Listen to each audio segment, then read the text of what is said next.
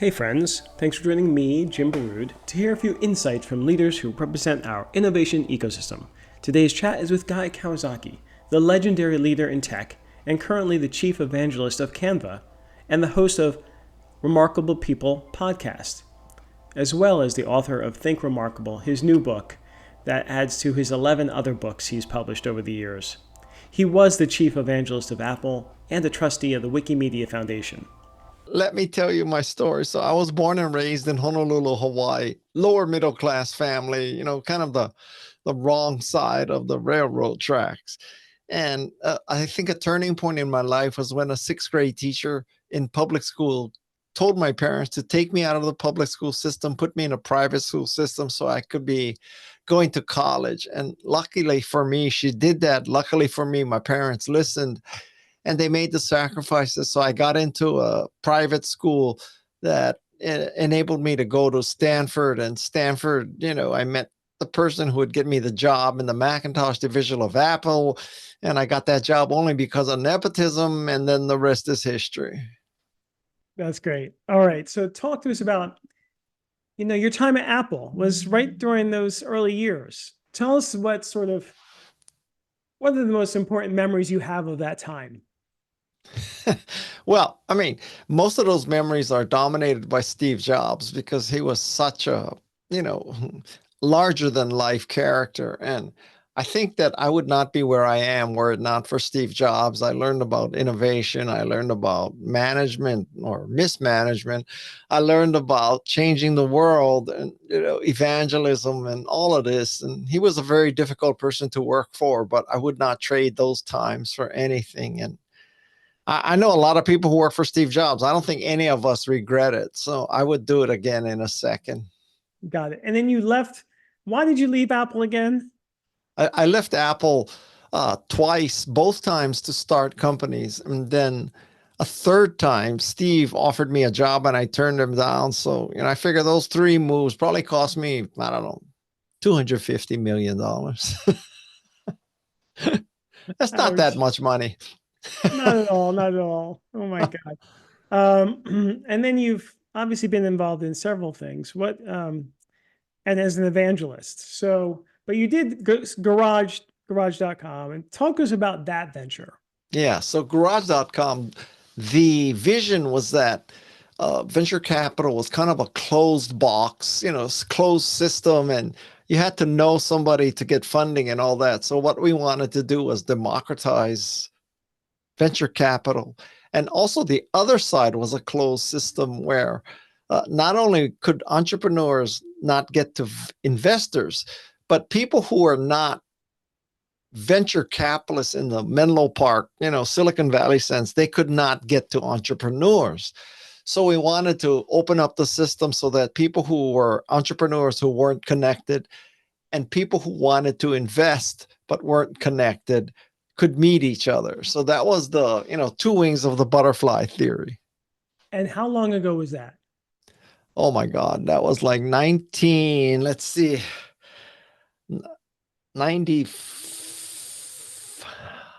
God, 95, 96, Wow, 90, 30 something years like ago, that. 30 Yeah. years Yeah. ago. Oh my God. How the VC industry has changed, right? So how do you view it today with, all the other platforms and venture capital tourists and everything? How has it changed from those days when it was just a little, very clubby sort of industry? How Nothing's do you see changed. it? Nothing's changed. It's Nothing, still a very really. clubby industry. It's still of people who are, uh,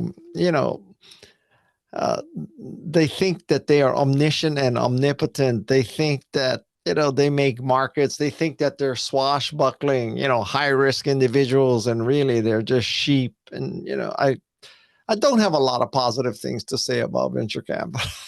Okay, fair enough. But the angel industry has taken off as well. So how do you view the angels?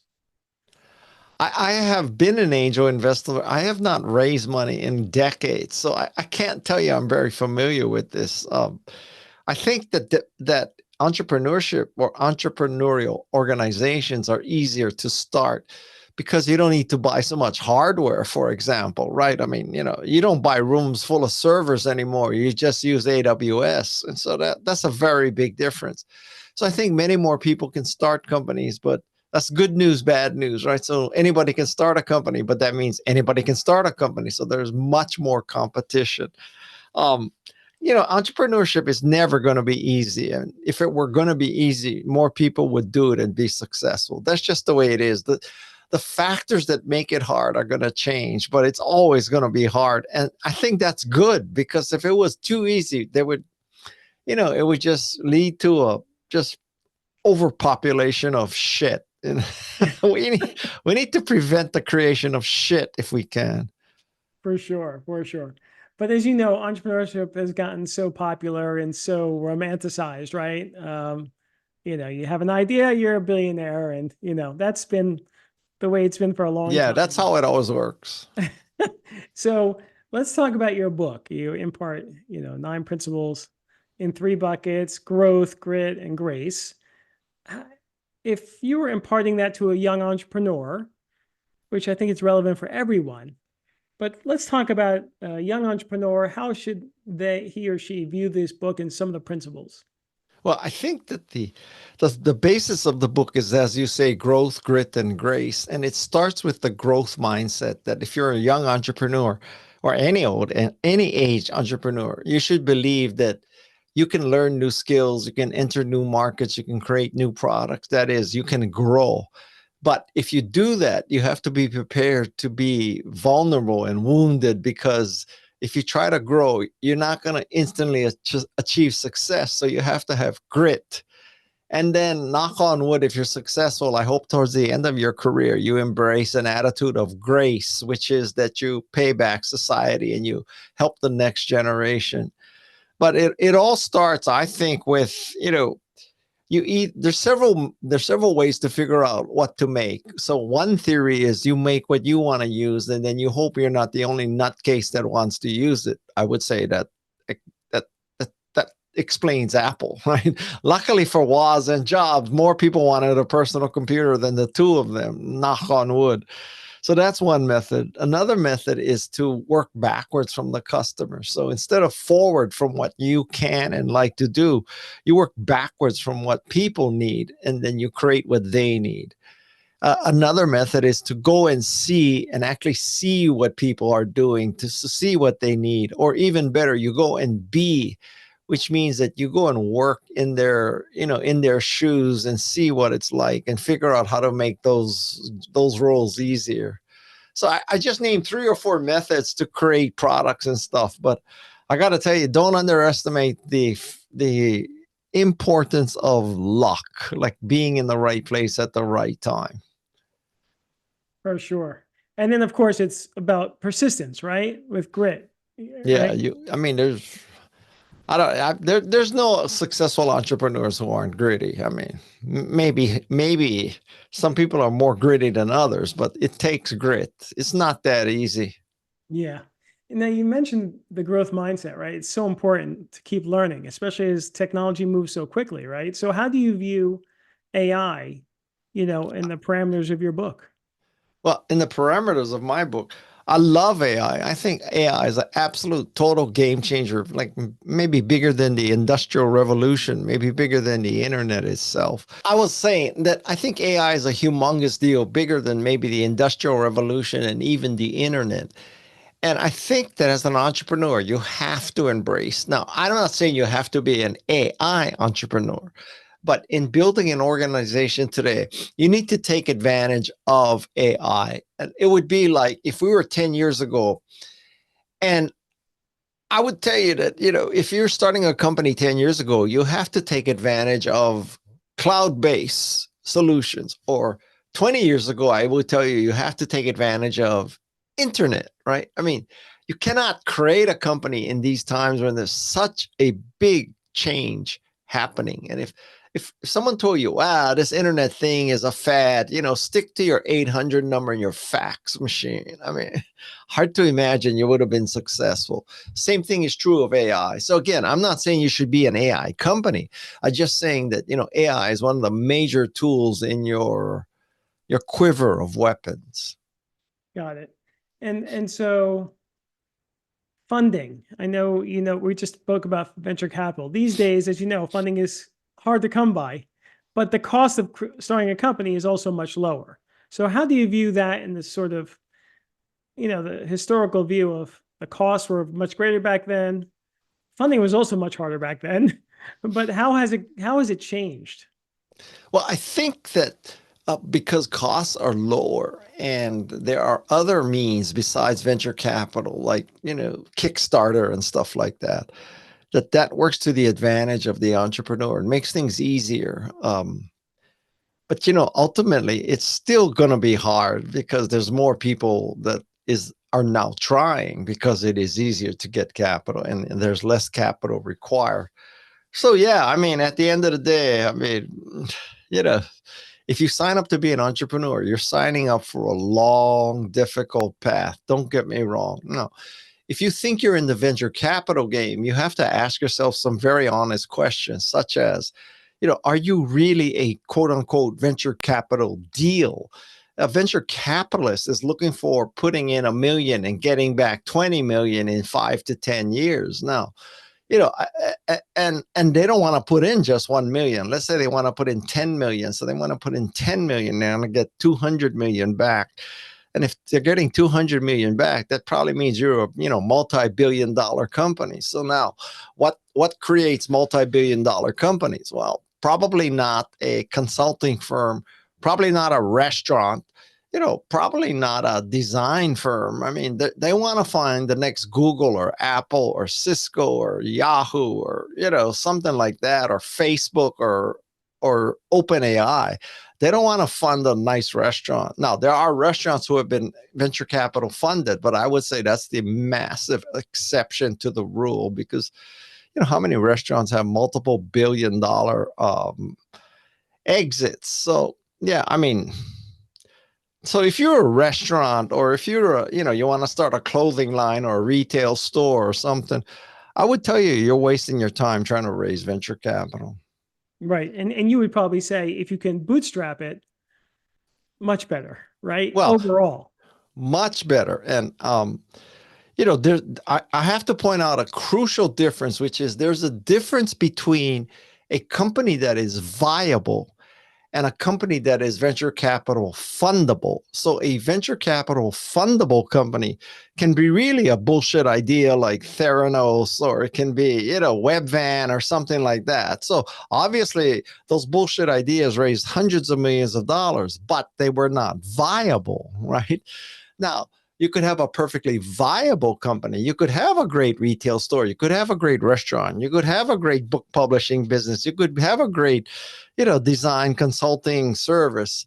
So those are fundable ideas. Maybe you do 5, 10, 15, 20, 30 million dollars, but they're not venture capital fundable deals. So separate fundability from viability. Got it.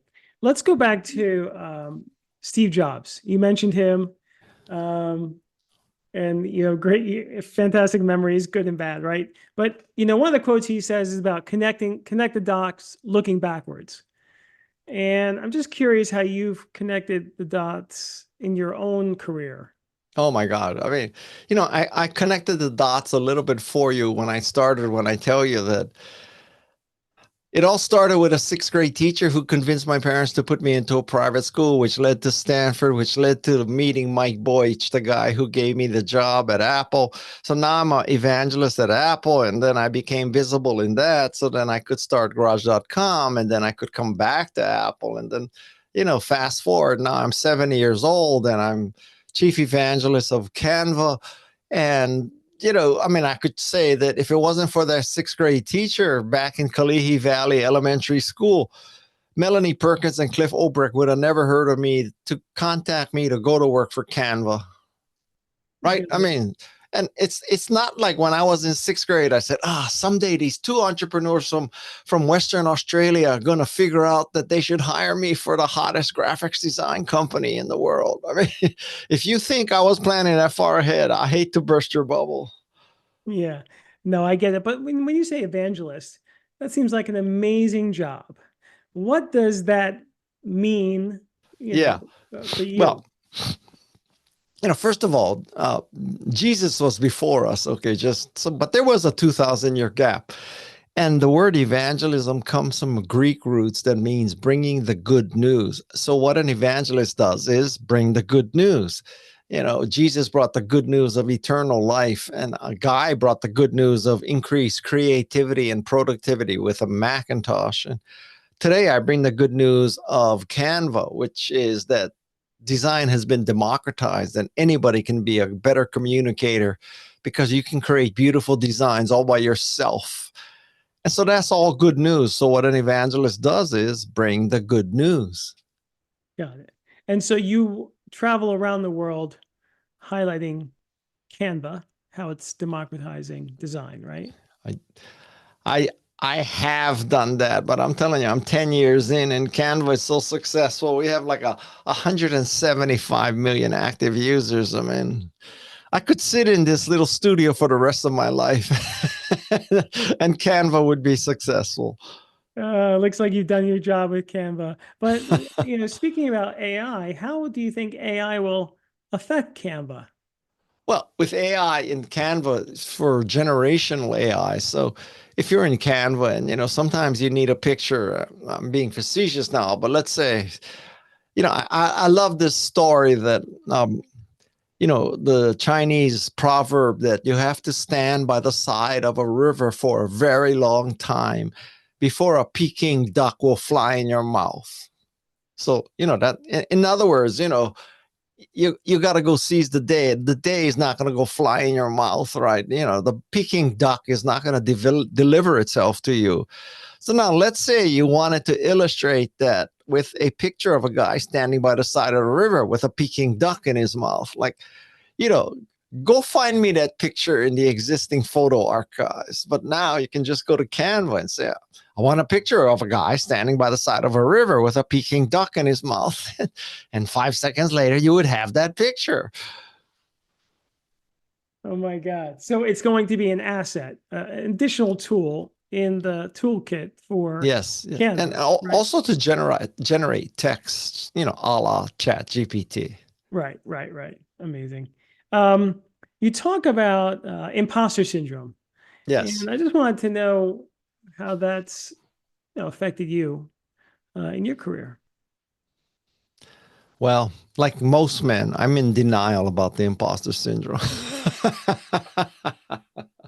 um, well, the imposter syndrome is this concept that you get a promotion or something, or you get a title, or you get a raise, and you look around and you say, "Man, I don't deserve this. I'm not that good, and I'm an imposter. These people are going to figure out that I shouldn't be on the board of directors, or I shouldn't have gotten a promotion, or something like that." And I'm telling you that I made a joke about it, but it's imposter syndrome is something that women deal with much more than men, because men have the entitlement syndrome, which is much worse than the imposter syndrome.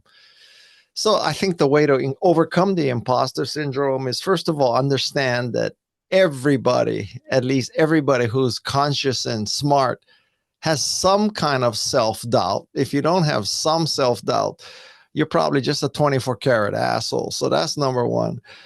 And then I think, you need to ask people around you to give you support and focus on the highlights, focus on your accomplishments. And I tell you, in most situations, you look around the room and you think, oh my God, I'm not qualified to be here.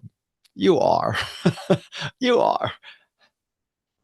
Yeah, got it. Now you mentioned asshole leaders. So why are there still so many, with all the books on management, all the best practices, education at your fingertips, why are there still asshole leaders? Well, because I think a lot of very successful people are assholes. And so, the younger people look at that and say, oh, that guy is an asshole. He's successful. I guess I got to be an asshole. So it's asshole emulation. And, I could make the case that they should look at someone like Melanie Perkins, who is not at all an asshole. That's the kind of person you should emulate. But let's say that, let's say I'm not people's psychiatrist, but if you're going to be an asshole, be a mission-driven asshole, which is to say, it matters what aspects you're an asshole about. So if you're an egocentric asshole and everything is about you and everything's about your glory, then you really are a pathetic asshole. But let's say you're a mission-driven asshole. So as a mission-driven asshole, your mission is to create the most powerful, most easy to use, the most remarkable personal computer, and that's your mission. If anybody gets in your way, you're going to run over them. That's kind of an acceptable, assholeness. It's the asshole who says, I want to be held up there with Elon Musk and Steve Jobs. So I got to convince everybody I'm remarkable. So, how do I reposition myself? How do I write a white paper? How do I give a TED talk? How do I get myself on the cover of the Wall Street Journal, Forbes, or Fortune? That's just a plain asshole. Okay. I'm glad you clarified that. Now, on the other side of that, you talk about vulnerability and how that has influenced you over the years. Can you talk a bit about that? Yeah, sure. I mean, listen, the flip side of growth mindset is the vulnerability, right? So if you're going to grow, if you're going to try new skills, I took up ice hockey at 44, I took up surfing at 60. When you do something like that, you have to come to grips with, man, you take up ice hockey at 44, surfing at 60, you are going to get hurt, Guy. I mean, that's just the way it is. Otherwise, just sit on your fat ass on your couch and watch Fox all day, right? I mean, you're not going to get hurt doing that. So I think you just have to embrace vulnerability, that you will get hurt. That's just the way it is. One of the other things you talk about are the importance of mentors. Talk to us Yes. about, how mentors have affected you over the years, and then what Yeah. lessons you learned. Listen, I've had a few mentors, and they basically work to keep me out of trouble. I mean, that's a legitimate role. And I think that there's a lot to learn from mentors, but there's a whole section in my book about mentor selection and mentor seduction. I think that the mistake that most people make is they try to find, the most famous window dressing mentor they can. And, you need to find people who are relevant to your industry and to your skills. So, if you contact Guy Kawasaki and say, will you be my mentor? And I ask you, well, what business are you in? They say, oh, biotech. I will tell you no, because I don't know anything about biotech, right? So if you want a biotech mentor, you get a biotech mentor. You don't go and just like ask, I don't know, ask Tony Robbins or Elon Musk to be your biotech mentor. So that's number one. And number two is, you got to do the background research. I mean, you need to be able to prove in like the first email or the first conversation that you have done your research, that, you know why I am specifically talking to you. I'm not just like throwing it out there. And like, I'm not a whale. I'm not trying to swallow 2 tons of water to get a few shrimps. I mean, I'm hand picking what I'm picking. Well, most people think of mentors as older folks, right? But I know I'm at this age where maybe I should get some younger mentors. What do you feel about? How do you feel about that? Well, I think you can ask younger people about technology and products and stuff, but I don't know if I would ask a younger person, well, how do I lay people off? Or, how do I how do I pick winners as employees? Or how do I get past shareholder lawsuits or something? I mean, yeah, ask young people, you're like, do you think this will appeal to your age bracket, right? That's different question than, how do I ensure that my employees are, well, I guess you could ask them that. How do I ensure that my employees are happy? But the young person is going to tell you, well, just let them work remotely from Bali 2 hours a day and they'll be happy. Well said. All right, let's talk a little bit about technology. So obviously AI is all around these days, but your former company, Apple, one of the biggest companies on the planet. What's your take on, how they have done in introducing new products like the Vision Pro, for example? I mean, Well, can you you know, I opine on mean, any of that, on how you see that the former company, how it's grown? I have not worked for Apple for quite a while. In total, I spent about 7 years at Apple. And the last time I worked at Apple was like 1997. So it's, it's a long time ago, right? So who knows? You cannot argue with Apple's results. Yeah. So listen, I can name all the failures. Apple had Lisa. Apple had Apple III. Apple had the Macintosh Office. Vision Pro. I haven't even tried Vision Pro, but I don't think you can call it a success yet anyway. There was Newton. I mean, on the other hand, Apple had Macintosh, iPhone, iPad, iPod, Apple Store, Genius Bar, App Store. I mean, I could go on and on about the successes. And you know what? No company has a 100% track record. But I mean, if you look at Apple, I bet you it's like 75% successful, 25% failure. And I would say that's probably 74% higher than most companies. Yeah, yeah. And how do you think their latest Apple Intelligence sort of rollout went from your Yeah, perspective? I mean, I think the rollout went super. We have to see how it actually, works, and how is it when it actually shows up in messages and mail and all that kind of stuff. But I gotta tell you that, like, sometimes I use iMessages and it's like so freaking stupid about, like, have you ever done text messages and um for some reason, iMessages thinks I'm always talking about trees because every time I try to put in for, it puts in fir. I have never talked to anybody about a fir tree. I use the word for, dozens of times a day. So why do you guess fir all the time? I don't understand that, right? Oh So I my mean, God. I maybe iOS 18 is gonna fix all that, but Jesus, I mean. Give me some light here. I mean, Right, and then, right. I think AI should. There's, for example, with preferences and settings. Basically, the preferences and settings of Apple is. I think it's almost impossible for a mortal to figure out. Like, how do I turn on the light so that when I get a text message and my phone is turned over, it flashes the light, right? I mean, there's a setting for that, right? So is that in text messaging? Is that in accessibility? Is that in, what is that in, right? I mean, so, I would love if you could just go to a menu and say, turn on the freaking light when a message comes through and the phone is turned upside down, and it does it. I mean, I don't want to search to 25 system preferences, 6 levels down.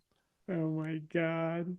What, are you arguing with me? Is that not how it works? Well, Yeah, I have to admit, I'm an Android.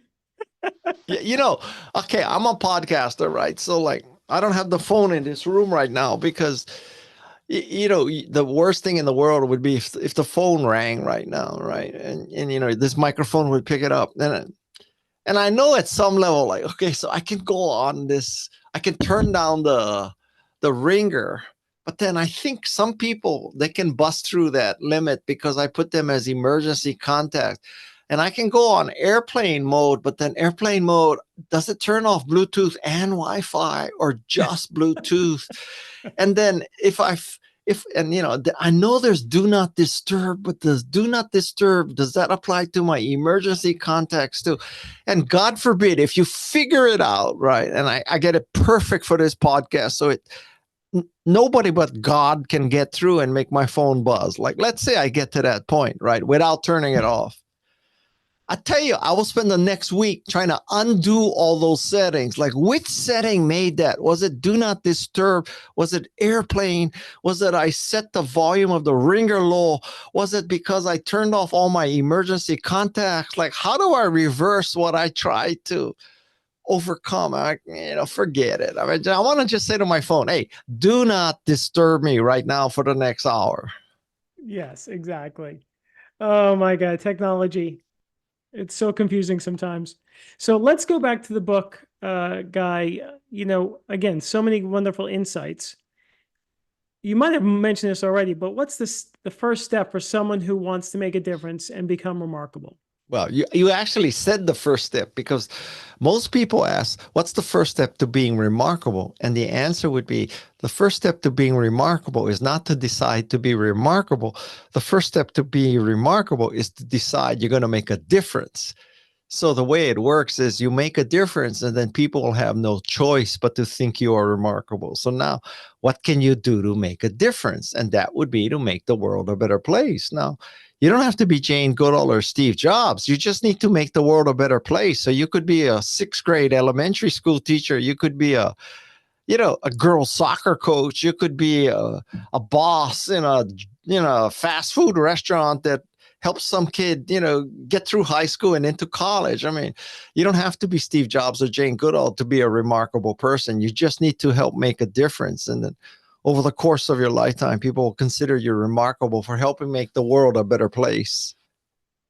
And it's okay to use AI to become remarkable and make a difference. I mean, listen, at the end of the day, people are not going to ask how you made a difference. They're going to ask, they're going to ask how you made a difference, but not at the level of, I only want people who made a difference without using AI. I mean, that makes no sense. I mean, I'll give you a restaurant analogy. So let's say you love to eat good food. Who doesn't, right? So you go to a restaurant and you want to eat really good food, right? You don't go into the back of the house and you say, okay, I see a food processor over there. I see a microwave oven over there. I see a electric knife over there. I see a convection oven over there. That's cheating. That's cheating. I don't want any of that. I don't want any microwaves. I don't want any of this newfangled technology, convection oven, whatever. I want my good food made old fashioned. Who does that? Right? You just want good food. What do you care if they're using a convection oven or they're using a food processor or they're using a dull knife? Just give me good food. That is a great analogy. That is really, I'm going to use that. Feel free. Speaking of remarkable, who is the most remarkable person you've ever met? Well, I would say it would be Jane Goodall and Steve Jobs. It's hard to top those two. And why? I mean, most people would say, gotta be Steve Jobs out of those two. But why? So why is Jane even up there? Well, I think Jane, she has spent 90 years, trying to make the world a better place, which is roughly 85 years longer than most people. And she's just, she's 90 something years old right now, and she still travels 300 days a year trying to make the world a better place for animals and humans, right? I mean, there's not a lot of people who have put in that kind of time and effort. And her heart is pure. And Jane Goodall is one of my favorite people in the world, I have to tell you. And she wrote the foreword for my book because a sixth grade teacher convinced my parents to put me in a private school that led me to Stanford, that led me to Apple, that led me to TEDx Palo Alto, that led me to moderating Jane Goodall. That's the connection there. Those are the dots. Okay. Those are the dots. Those dots. I mean, you could not have predicted those dots at all. For sure. Can you ever predict the dots going forward? Nope. I really don't believe you can. I mean, I mean, you can increase probability, right? I mean, it's hard to imagine you're going to be a really great doctor if you don't go to medical school. So you should predict, I got to go to medical school. I mean, I understand that kind of stuff, but you're talking to a guy who dropped out of law school after 2 weeks, right? Oh my God, this has been great. What about tips for young entrepreneurs? Just one tip that you give everyone. Yeah. Okay. So here's my tip for young entrepreneurs. What you should figure out is the purpose of a company is to create customers. And how do you do that? With a product. And so the whole thing is about, you got to create a product. You've got to create a prototype. You got to get beyond your ideas and your hallucinations and your delusions and your PowerPoint pitches. The purpose of a company is not to create a business plan, not to create a PowerPoint pitch, not to raise money. It's to create customers. And in order to create customers, yes, you may have to write a business plan. Yes, you may have to create a pitch. Yes, you may have to raise money. But that's not why you make a company. You make a company to create customers. So all of your effort should be about creating customers. Got it. That's great advice. And what about we usually end with a saying or a quote or a poem that's meaningful to our guests. Anything? I, I, here's my saying, poem, haiku, whatever. It's only 3 words. You ready? You ready? I'm ready. 3 words. Do good shit. That's all you need to remember. Do good shit. That is a great way to conclude. There you this. go. Guy, thank you so much for coming on. You're very welcome. I hope I you have for not offended too many people, but Not at all. Not at all. Oh my God. let's face it, it's hard to get offended these days in 2024 in America. Man, so many offensive things are happening. It's like For sure. For yeah. sure. Well, thanks again, and hope to see you again in person one of these days. All right, you take care. Be good. And I hope you learn how to surf. Remember, at least a 10-foot board. Do not let anybody tell you less. I'm gonna send you a picture. Okay. Okay. Thanks. All right. See you later. Bye-bye. Bye-bye. Thanks for joining us. I hope you enjoyed the show. Please like it, leave a review, and subscribe. See you soon.